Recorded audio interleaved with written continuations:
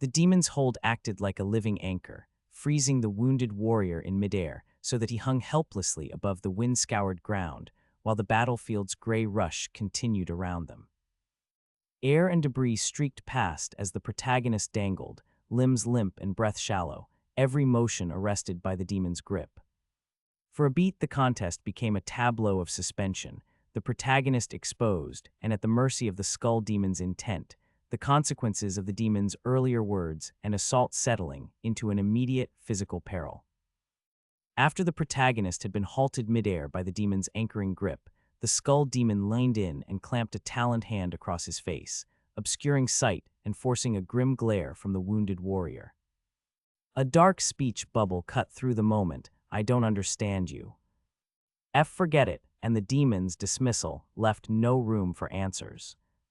Suspended and bleeding, the protagonist convulsed with reflexive breaths, thought racing as he assessed the damage, agony that felt like punctured internal organs, each inhale a battle, and the bitter recognition that he had only just been reincarnated and now faced the possibility of dying again. The panel pulled back to reveal braided wooden posts and small, indistinct figures arranged among them, a muted reminder that the danger was not isolated to him alone, and that the battlefield extended beyond this singular, suffocating exchange. After the skull demon had seized him and left him suspended and bleeding, the protagonist's world narrowed to silhouettes and smoke, braided posts and indistinct, bound bodies hung like punctuation in the distance as he assessed the damage. He feared the captive figures would die as well, and a memory of comrades perishing in his previous life rose up, sharpening the dread that he might only witness fresh losses. Each inhale tore through him like ruptured lungs, pain and guilt braided together until he mouthed an apology, "I'm sorry." Everyone, blood streaking his face as embers drifted through the air. For a moment that apology became a fragile confession, then curdled into a ragged, humorless laugh as he dangled there, caught between the instinct to survive and the crushing weight of impending defeat.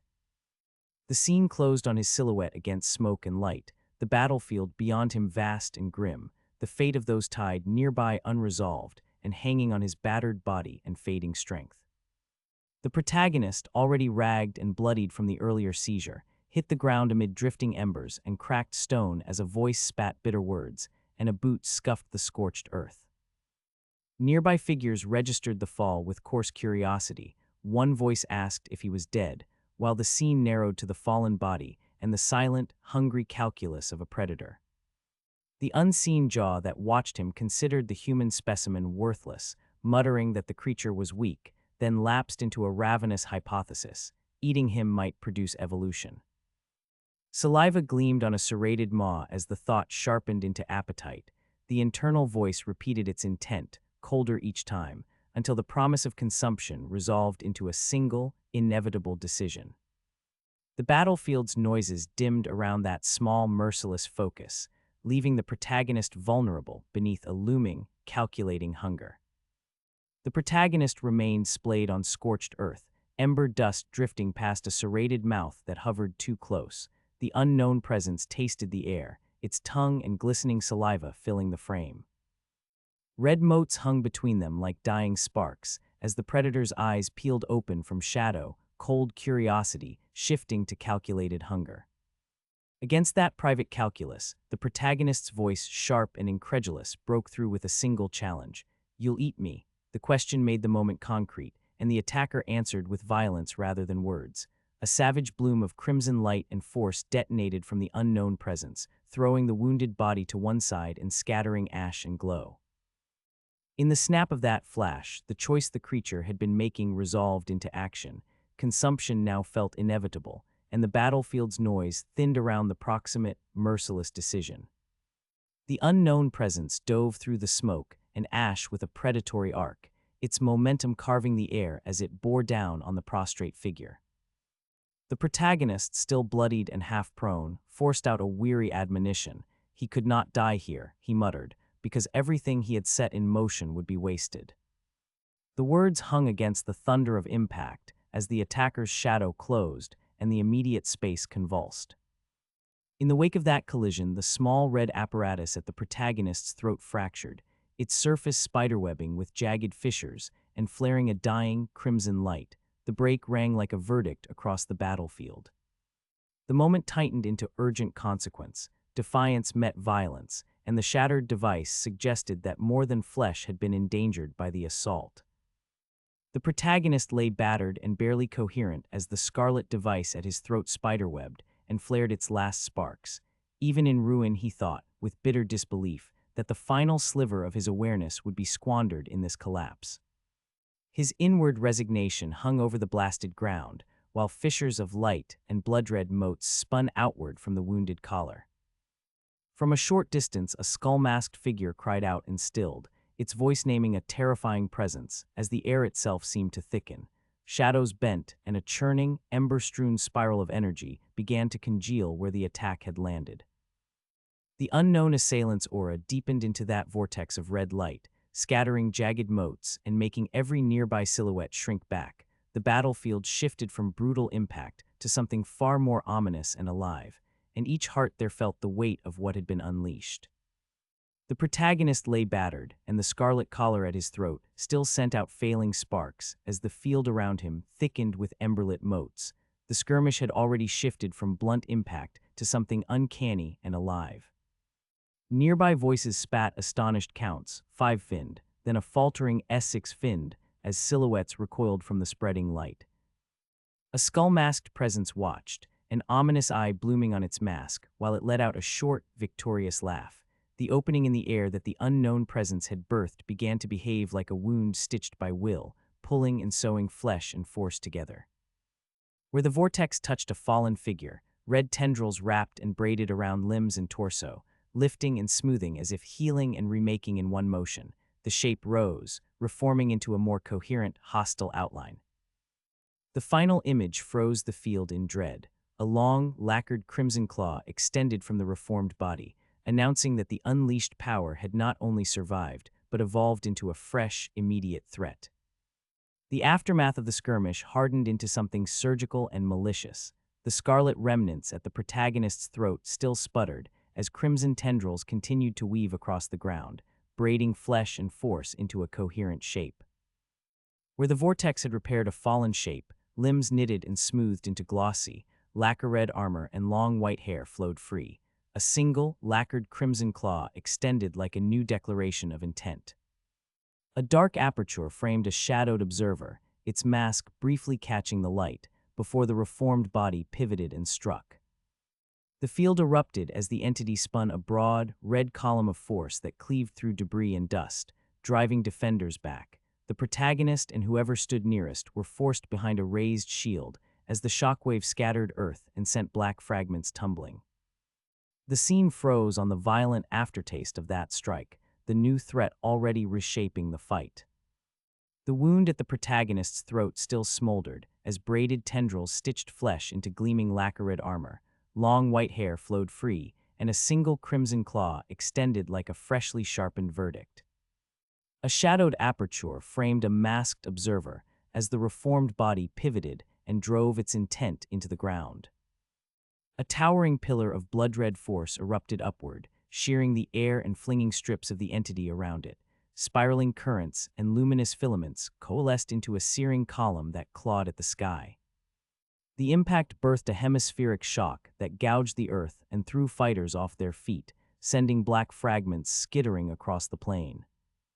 The protagonist and whoever stood nearest slammed back beneath a raised shield as the blast scoured the field and carved fresh scars into the terrain. When the roar subsided, the pillar still pulsed and the battlefield lay rearranged, trenches and rubble where defenders had stood, while the new threat poised to press its advantage. The scene opened on a jagged, split face, bone and horn, a red-eyed maw bared through a cracked mask, its sudden reveal punctuating the air with a raw, animal roar. The force that followed moved like a living thing. Ribbons of light and torn flesh were flung outward as the ground itself was scored, tiny red fragments skittering across fractured earth. A towering, blood-red column shivered skyward from the center of the rupture, its outer filaments spiraling into a searing sheath that carved a hemispheric shock across the plain. Fighters were hurled off their feet, and black shards skated over gouged soil. Those nearest slammed back beneath hurriedly raised shields as the blast scoured the field and upended defensive lines. When the tumult faded, the pillar still pulsed, a vertical wound in the horizon, and the battlefield lay rearranged, trenches, rubble, and a new, poised threat that watched the survivors with a patient, hungry light. The blood-red pillar had not simply died when the shock subsided. It clenched inward and flared, folding into a concentrated bloom of white-hot light bounded by coiling crimson filaments. Those filaments writhed like living ribbons, slicing upward and downward, while the crater's rim split, and the surrounding plain continued to gasp under the aftershock. Bright motes and pale shards whirled in the eddying wind, drifting like petals from the wound, as the column thinned into tendrils that probed the sky and the ground with equal hunger. Where the flare struck the pit's floor, a small figure lay curled and dwarfed by the new geometry of the battlefield, caught in the glow and the debris. Survivors staggered at the edge of the scene, forced into temporary stillness as the phenomenon pulsed with patient, watchful light, promising that the field had been remade and that the threat at its heart had only shifted form. The blood-red column had not simply collapsed. It tightened and flared into a white-hot bloom, braided with coiling crimson tendrils that tore at sky and soil, while pale shards and motes spun in the afterwind. The crater's rim split, and a small form lay curled on the churned floor as survivors staggered at the edge, frozen by the phenomenon's patient light. From that haze a new silhouette resolved, a lithe figure in segmented crimson armor, long white hair streaming, fins and blades curving outward like a crown. She moved through the smoke as if born from the flare and announced herself the only eight-finned demon and the crimson crystal's strongest existence, her presence cutting the air. A shadowed combatant recoiled in the gloom, but the larger effect was undeniable. The battlefield had reformed around her claim, and the temporary lull had given way to the pressure of a sovereign force that demanded reckoning. The blood-red column had not simply disappeared.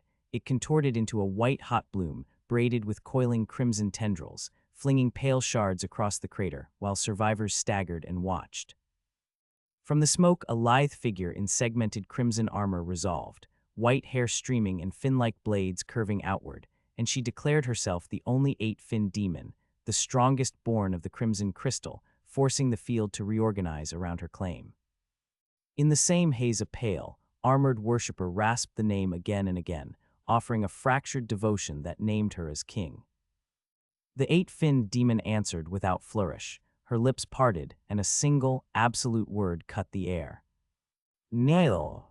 The command landed like a blade, the worshipper's posture buckled, the crowd's tentative fear curdling into compelled submission, and the fragile lull collapsed under the sovereign's pressure as the battlefield narrowed into her dominion. Shock still rippled across the shattered crater as the sovereign descended into the hollow, her presence cutting through smoke and light. She hovered above the wounded and the bowed, the soles of her winged form throwing rainbows across the blasted stone, then spoke with a blunt, iron cadence. "Speak my name." A pale, armored worshipper, skull-like and trembling at the lip, forced air through cracked teeth and answered with a single, consuming title, Crimson-Finned King. The word passed like a blade through the stunned hush, naming and binding the crowd anew.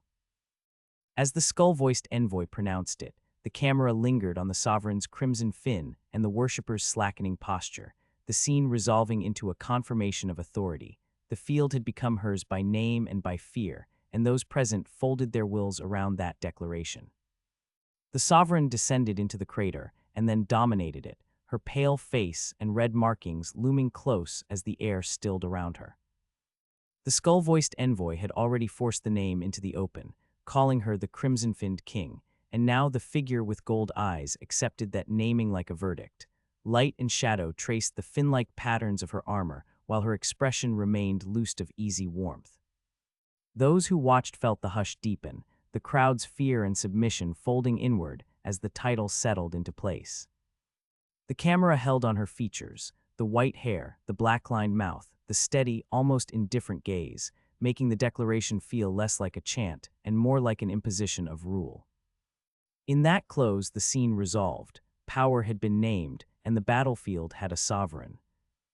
The sequence opened on a close, jagged shot of the skull-voiced envoy as its rasping declaration split the air. The phrase, Crimson-Finned King, left no room for question. The camera then cut to the sovereign, white hair and red-lined features framing cold, golden eyes, who accepted the naming with a slack, impassive expression that made the title feel like law rather than boast.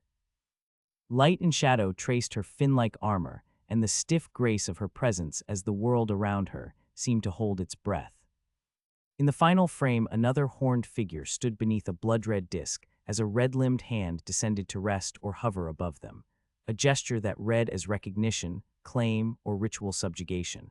The image closed on two demons set in a new, unsettling hierarchy, the announcement echoed by the silence that followed. After the sovereign's naming and the hush that followed, the camera drifted away from ceremonial darkness and into a ruined avenue veiled in smoke and drifting ash. Overturned vehicles and the blurred geometry of a collapsed district lay scattered under a chill light. Through that fog, a single silhouette cut a swift shape, blonde commander, vaulted onto a high ledge, motion blurred by speed and the momentum of a trailing scarf, the posture both predatory and poised. The angle tightened as wind and grit smeared the scene, emphasizing the discipline in the figure's movement rather than the chaos behind them. The final frame closed on a close-up of a golden eye, pupil constricted and concentrated, a silent promise of deliberate action. The brief sequence turned the vast, anonymous ruin into a stage for one determined presence, the quiet before whatever reckoning would follow. After the close-up of the golden eye, blonde commander launched himself from a high ledge and slammed down into the ruined avenue with predatory speed. His red ocular implant flared as he extended a hand and drove his momentum into the pavement, sending dust and shock outward. A green, reptilian creature answered the impact, curling defensively as a concentrated strike carved a line of force across the ground between them. The creature blinked, evidently surprised, and tried to reorient as blonde commander followed through with a swift, controlled follow-up, an aerial sweep that knocked the beast off balance and sent it skidding. The frames lingered on the motion and the physical punctuation of each hit, wind, grit, and the stark contrast between the commander's composed aggression and the creature's abrupt confusion. The sequence ended with the commander poised and energy still crackling, the creature toppled and uncertain, the ruined avenue made briefly into a stage for lethal efficiency. After leaving the green creature toppled and reeling from his follow-through, blonde commander pressed his advantage as the ruined avenue filled with spiraling dust. A crimson attacker lunged from the foreground, and the commander met it in mid-arc, twisting his body into a controlled aerial rotation that funneled momentum into a whip-like strike. Light and flecks of debris traced the blow as the red beast bucked. He then drove his weight into a high, snapping kick that slammed the creature into the pavement, cracking the ground beneath them. He landed with measured balance and energy still humming along his frame, while the two assailants lay broken and uncertain amid settling grit. The sequence closed on the commander's composed stance, the battlefield briefly quiet but charged by the violent punctuation of each precise, brutal hit. After toppling a green attacker and driving a red foe into the fractured pavement with a series of precise, punishing strikes, blonde commander remained standing amid settling dust while the ruined street cracked beneath the violence. He completed a careful patrol of the scene and confirmed aloud that there had been only two two-finned demons in the sector. His inspection left the two fallen assailants broken at his feet. When he scanned the perimeter and reported that the children were not present, the observation hung over the quiet battlefield like the last drifting grit. Shattered stone and scorched earth marked the path of his blows, and his composed posture, hands clasped, gaze steady, made clear he was ready to move on. The moment felt ordered yet ominous, a brief lull that promised the search would continue beyond the cracked avenue. He had finished his quick sweep of the ruined avenue, standing amid cooling dust and cracked stone as he counted the casualties, and announced there had been only two attackers. The absence of the children lingered over the scene like grit in the air. Composed and methodical, the blonde commander resolved they could not stop until the missing were found and ordered the search to continue before nightfall, then began to move away from the broken pavement.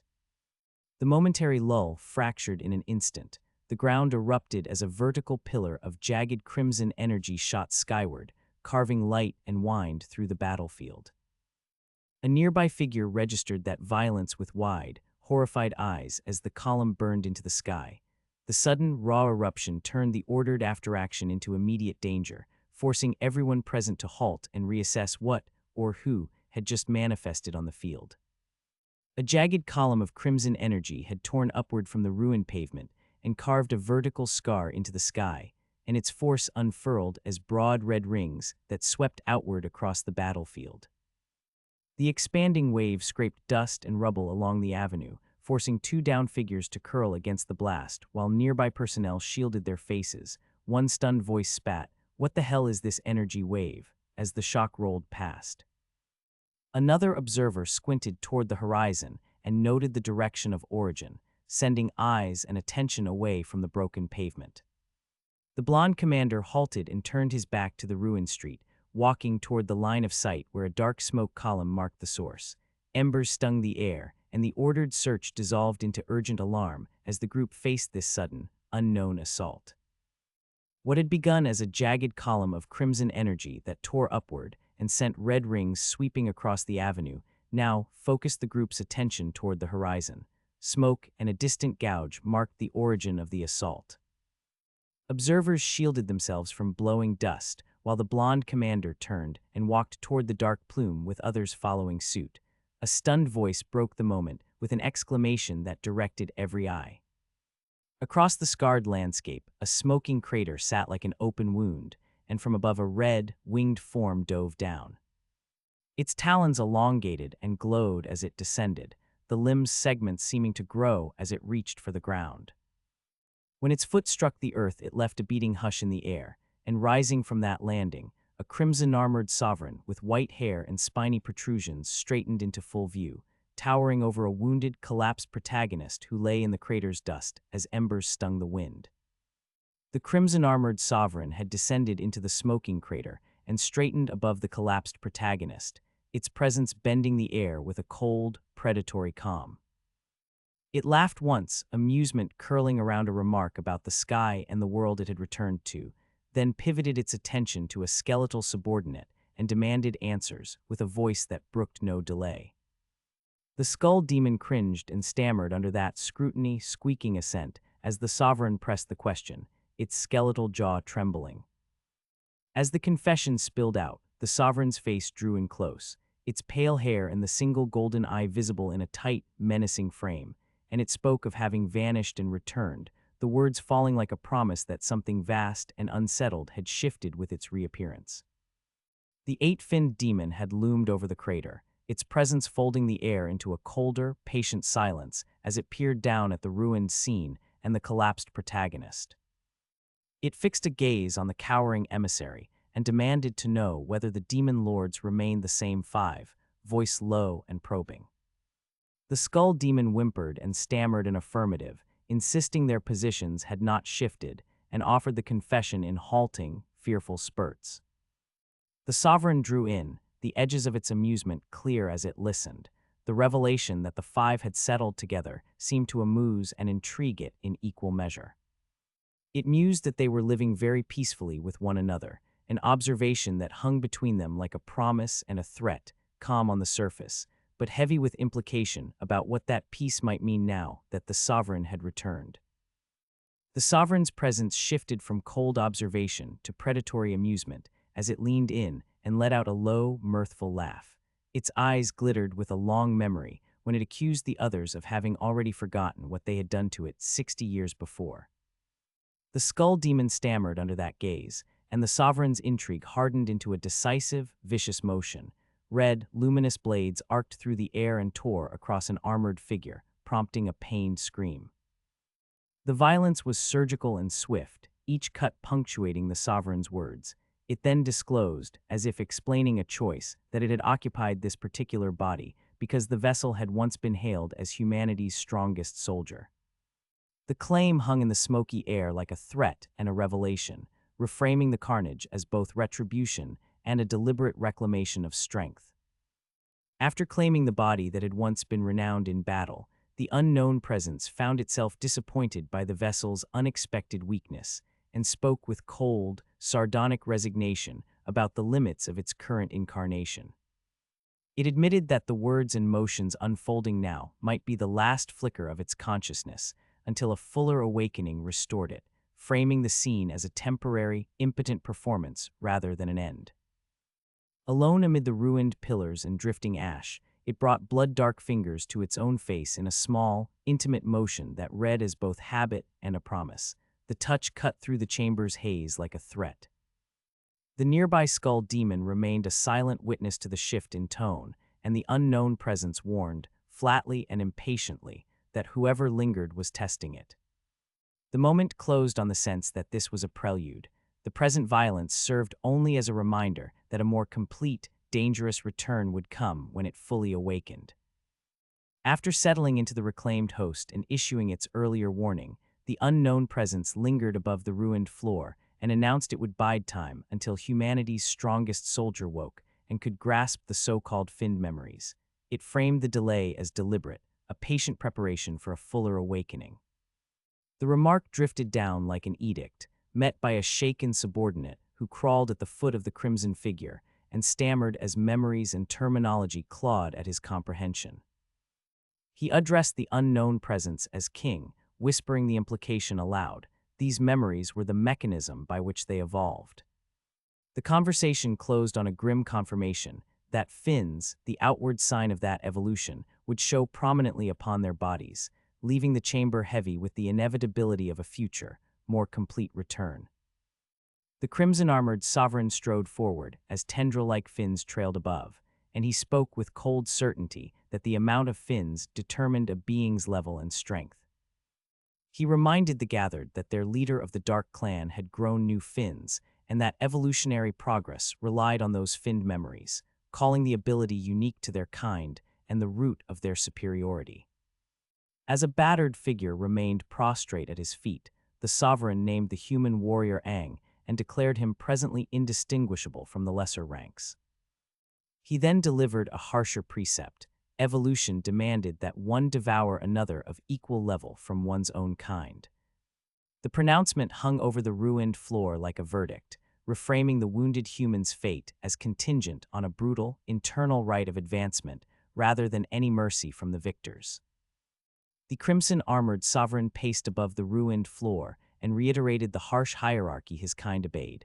Fins marked rank, and finned memories were the wellspring of their evolution. He reminded the gathered that the Dark Clan's leader had sprouted new fins, and that advancement came through absorbing those memories, not mercy. As Aang lay prostrate and diminished at his feet, the sovereign reframed the injured man's fate as a raw chance for ascension. He explained that devouring demons of a higher level was precisely how one accessed the finn's memories and thus evolved.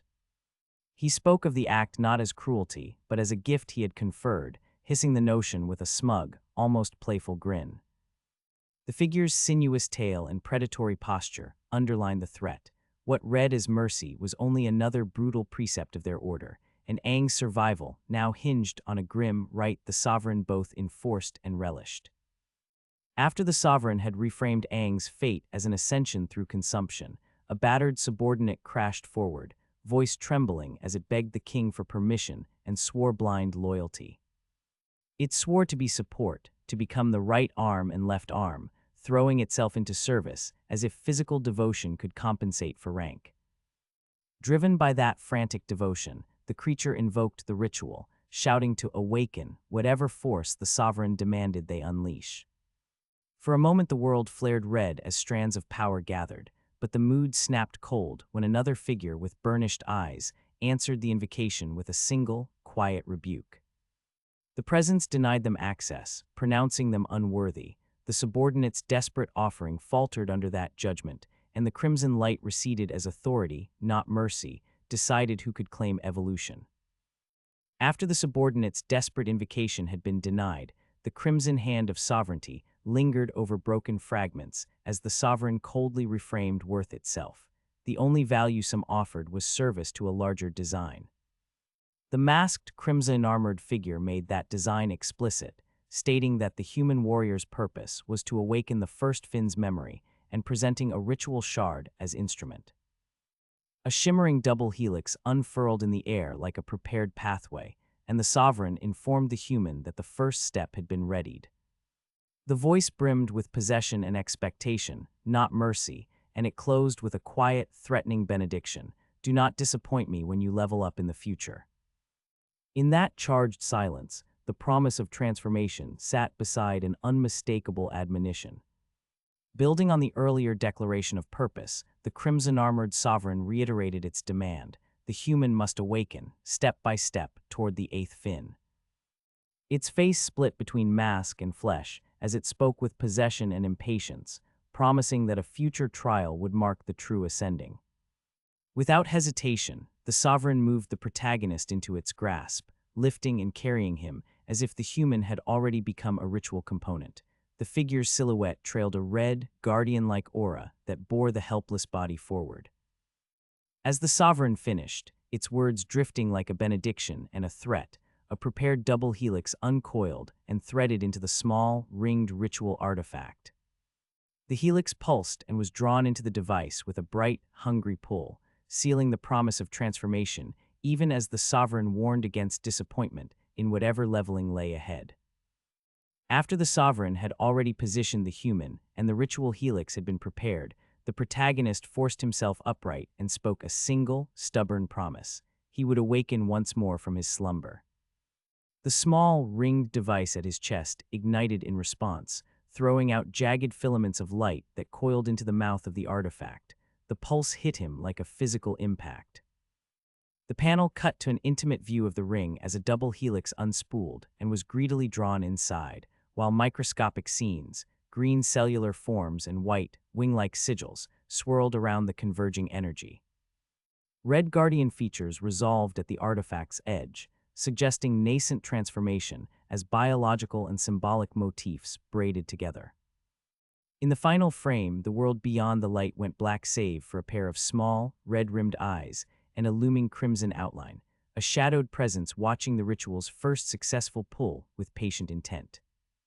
The scene opened on the sovereign, a tall, crimson-armored figure wrapped within a shell-like mantle, white-masked and motionless, while thin red filaments of power arced around it. Below, the protagonist knelt, body bent and shoulders shuddering as a ragged, red aura flared behind him like injured wings. The energy looked both protective and corrosive.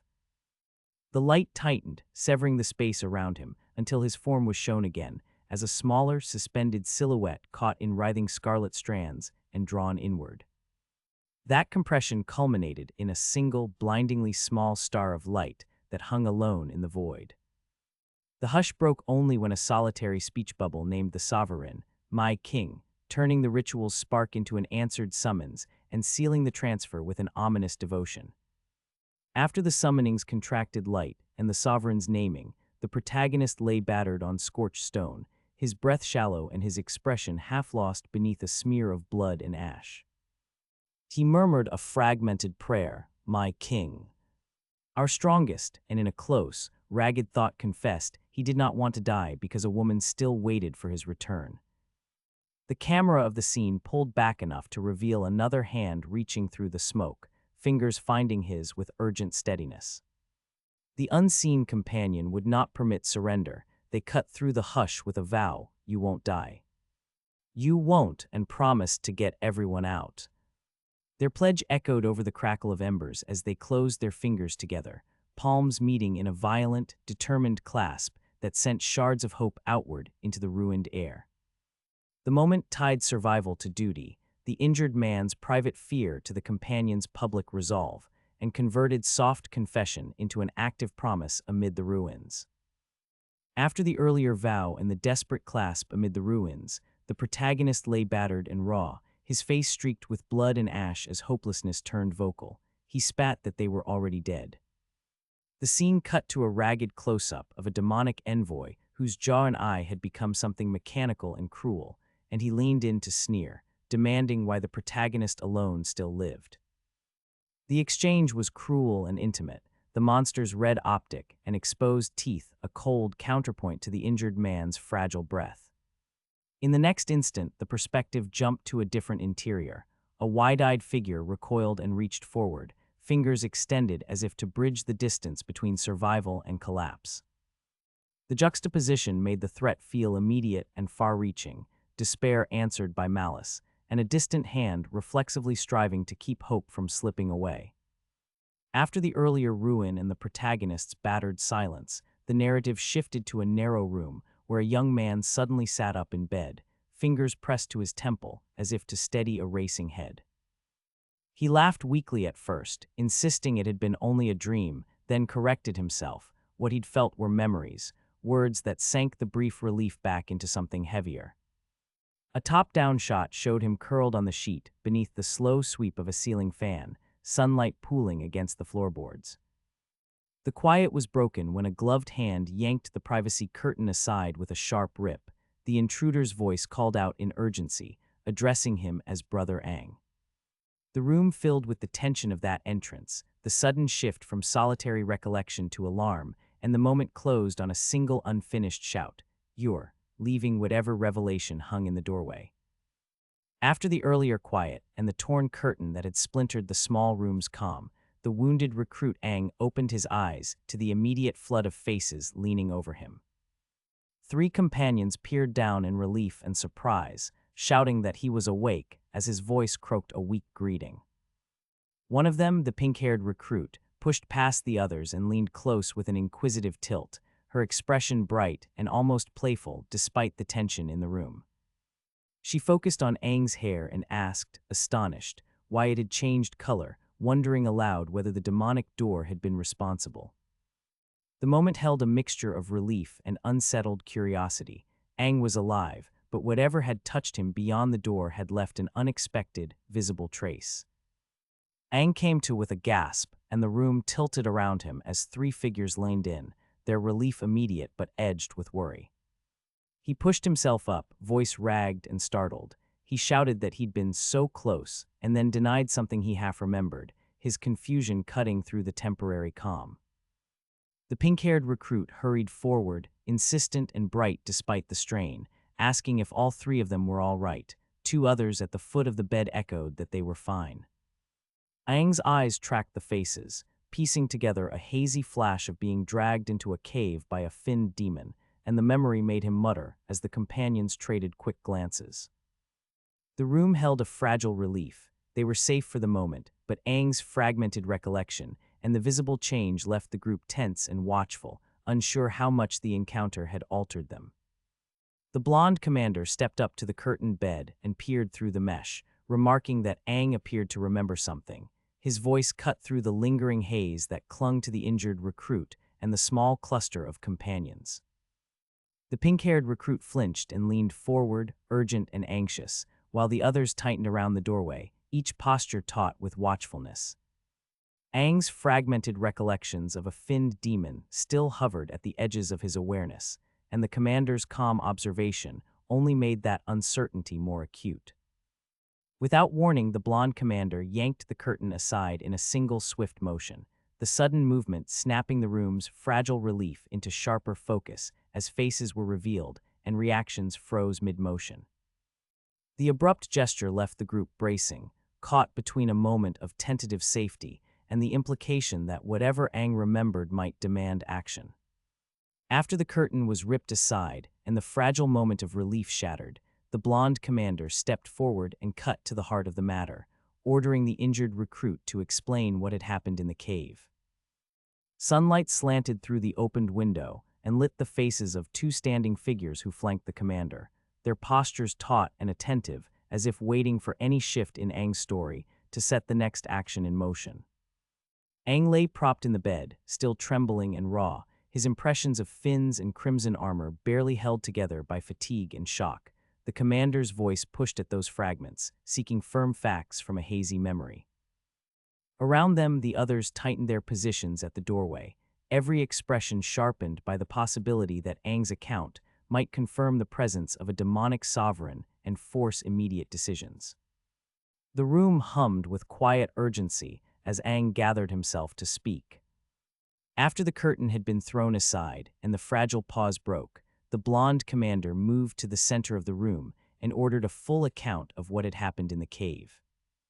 Sunlight slanted through the open window and carved columns of light across the floor, catching the faces of two rigid figures who flanked the commander and a seated observer by the sill. Aang lay propped on the cot, still trembling and raw, the commander's voice pressed at the scattered memories, fins, a flash of crimson armor, trying to turn shock into usable facts. Those at the doorway tightened their stances, every expression sharpened, as if a single detail could force immediate action.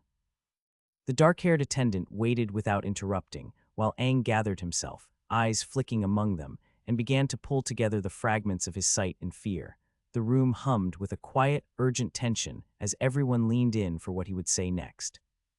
After a terse demand for facts, the blonde commander and the gathered officers pushed Aang to make sense of the cave. He forced together shards of memory, fins, a flash of crimson armor, ragged fear. As those fragments landed in the hush, the room's tension folded into a single, visceral image, a horned, half-human visage with yellow eyes, two skulls bracketing its head, and fleshy red hands crawling across it like living gore. The vision read like a manifesto rather than a map. Beneath it, a jagged title declared the name and the tone of what they faced. That emblem amplified what Aang had only glimpsed, suggesting intelligence, malice, and a corporeal strangeness that no one could comfortably classify. The officers absorbed the symbol as both warning and challenge, their private anxieties hardening into plans as the ephemeral testimony turned into an unavoidable omen. After the emblem and its omen had settled over the officers, attention narrowed to personnel and placement. Testimony named two others as captains stationed outside the city walls. In the infirmary's late afternoon light, the blonde commander turned and found one of those named officers sitting up in a bed, Captain Jai Yaeteng. The discovery cut across the earlier briefing. If wall captains were being treated inside the city, assumptions about who could hold the line were already destabilized. The blonde commander's direct question, why Jai Yaeteng was there as well, hung in the room, a practical probe that also carried the weight of tactical consequence. For a moment, the quiet in the room undid the neat categories they had been building, forcing everyone present to reckon with gaps between orders, injuries, and the shifting reality of the defense. After the emblem and its omen had shifted attention to personnel and placement, the blonde commander's discovery of Captain Jai Yaeteng in a city infirmary had already unsettled assumptions about who could hold the walls. That fragile order cracked again when the red-haired second captain strode in with a smirk, leaning over the recovering group and declaring that the four of you were brought back here by Tang Tang. Her casual accusation landed like a ripple through the room, naming responsibility for the evac and putting a familiar face on an awkward fact.